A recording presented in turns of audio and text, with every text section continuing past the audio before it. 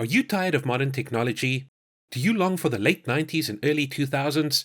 Do you miss Tamagotchis, Furbies, Beanie Babies, and Polly Pockets? Do you miss the Now collection of CDs we bought every year? Do you miss Limp Bizkit and Fred Durst? No, no really. Do you miss them? Do you miss wearing bomber jackets and scrunchies?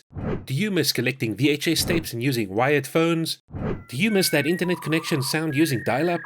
Do you miss MTV actually playing music and Saturday morning cartoons? Do you miss playing NES games and burning music CD playlists? Were you even born before 2000? Well, then I've got just the movie for you. Nah, I'm just kidding. This movie is a piece of shit and not worth wasting your time on. I watched it, so you don't have to. This is a movie so devoid of a coherent story that it wastes the first 15 minutes of a mere 90-minute runtime trying to speedrun through every imaginable late 90s or Y2K reference, just so you can point and go, hey, I remember that! This movie started off on very rocky ground, with one of the most detestable people in Hollywood being one of the leads. She already put masses of people off from watching this movie. But then the reviews started coming out and word of mouth from the few who dared to see it started spreading, and its fate was sealed. So here's one last question for you. What do you get when you throw a hated actress, a forgotten rock star from decades ago, every Y2K reference you can think of, a bunch of superlatively unlikable characters into a mixer, add some old school chaos for a nutty flavor, and chuck a collective hive mind dickhead AI in for some extra spice? You get Y2K the movie. It's a miserable experience. As much as I hate to say it, this movie didn't bomb because of Rachel Zegler. Well, no, that's not entirely true. Let me rephrase. For those of you who did actually watch this movie, Rachel Zegler was not the biggest problem. The biggest problem is that someone thought this was a good idea. They saw movies like Top Gun Maverick, Spider-Man No Way Home, and Deadpool and Wolverine and thought to themselves, hey selves, those movies were really successful because of nostalgia, right? Right! Nothing else, right? Yeah, just nostalgia, nothing else.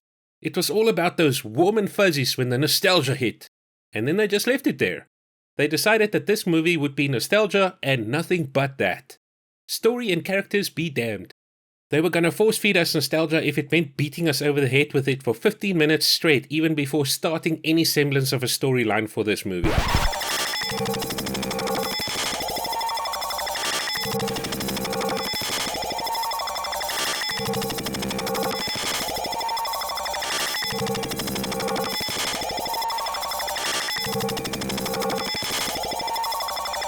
It's bad enough that I'd put it in the bottom 3 for 2024, alongside Borderlands and The Crow. Rather late to the party, but I guess rather late than never, right? So, just like they did with the references, let's speedrun through the plot so you don't have to waste any more time than you need to. This is gonna be quick, but it's gonna hurt. Are you ready? Let's go! We start off the movie with a 15-minute Y2K reference speedrun. In between all that, we're introduced to our protagonists. Two high school losers from a small town called Crawford, Eli and Danny. Danny is fat and loud, and Eli is a nerd, very shy and in love with Laura, the high school hottie. Laura also happens to be a very good programmer, apparently. Yes, they tried to make Rachel Zegler look like an intelligent hacker, and it is genuinely funny. Eli and Danny take us on this nostalgia tour on the 31st of December 1999, the day before Y2K was going to destroy all our lives. We bounce from Eli meeting up with Danny, to them having some wheat with the local video rental dude. D-Man, E-Boy, what's good?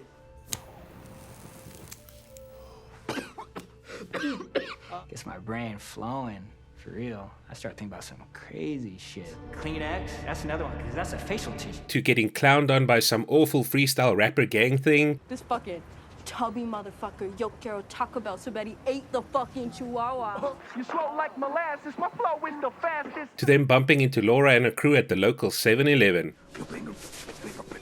Hey, Laura. What's up, Laura?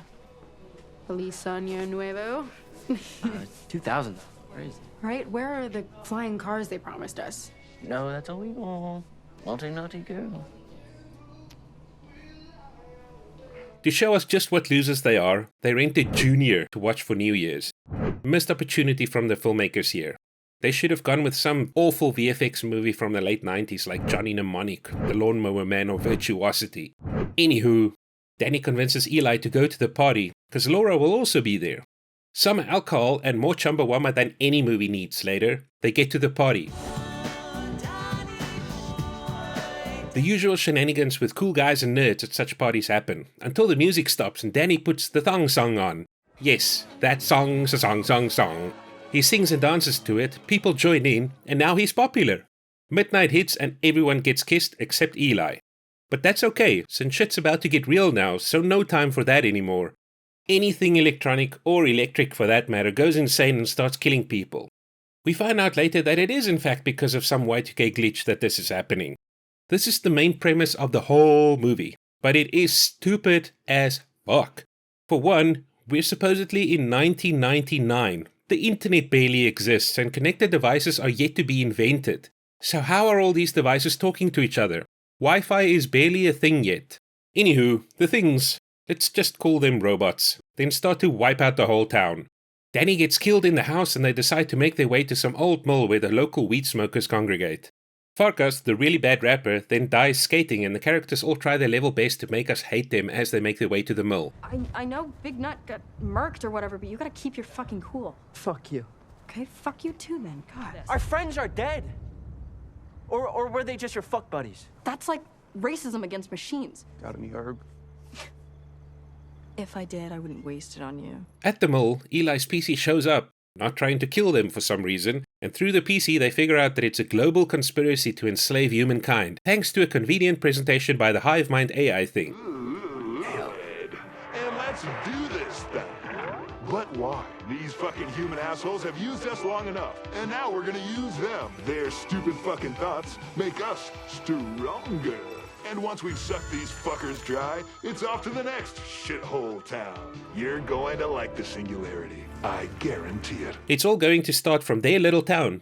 Laura then does hackery and makes a kill code that they need to upload to the bad AI singularity thing. On the way back into town, Weed Smoker Guy gets chopped to it right after he and Laura had their big heroic moment. Step aside! Those losers are my friends. Wake up! Wake up! Remember, should put a little makeup! I just got the bait away! Oh, shit. What? Why'd you leave the keys upon the table? I don't like this. Self-righteous suicide. We then learn that they're all full of shit, Eli hates his shoes, and they need to go to the video store for some reason. There they meet up with Fred Durst from Limp Bizkit. Why? Nostalgia, bitches? I don't know. No, really, there's no real other reason. He sings a song later on in the finale, but it's not even a Limp Bizkit song. They get to the school and find all the adults there, already enslaved by the asshole AI thingy. Fred and the rest go to distract the robots while Laura and Eli go for the kill code. We are treated to a hacking montage. Yes! Tracking in, getting root system directory. Hello. Going in deep. You know what the difference between you and me is, Eli? Fred then decides to sing Faith by George Michael because people have got to have faith.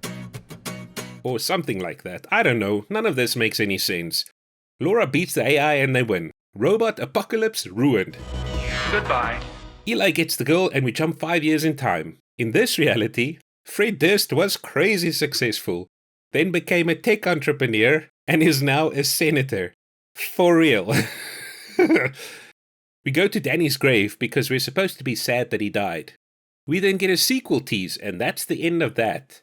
How bloody awful was that?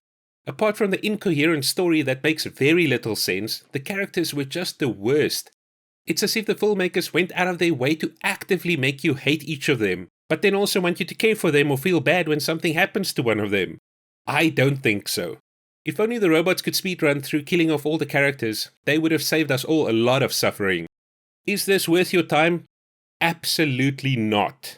You're worth more than this drivel. 2024 was already a pretty bad year for movies. Don't make it any worse for yourself. Rather go to a chiropractor and have them crack every single thing that they can for 90 minutes straight. You'll have a way better time, I promise. So with that said, Keep rolling, rolling, rolling, rolling. Keep rolling, rolling, rolling, rolling. anywho, that's me signing off.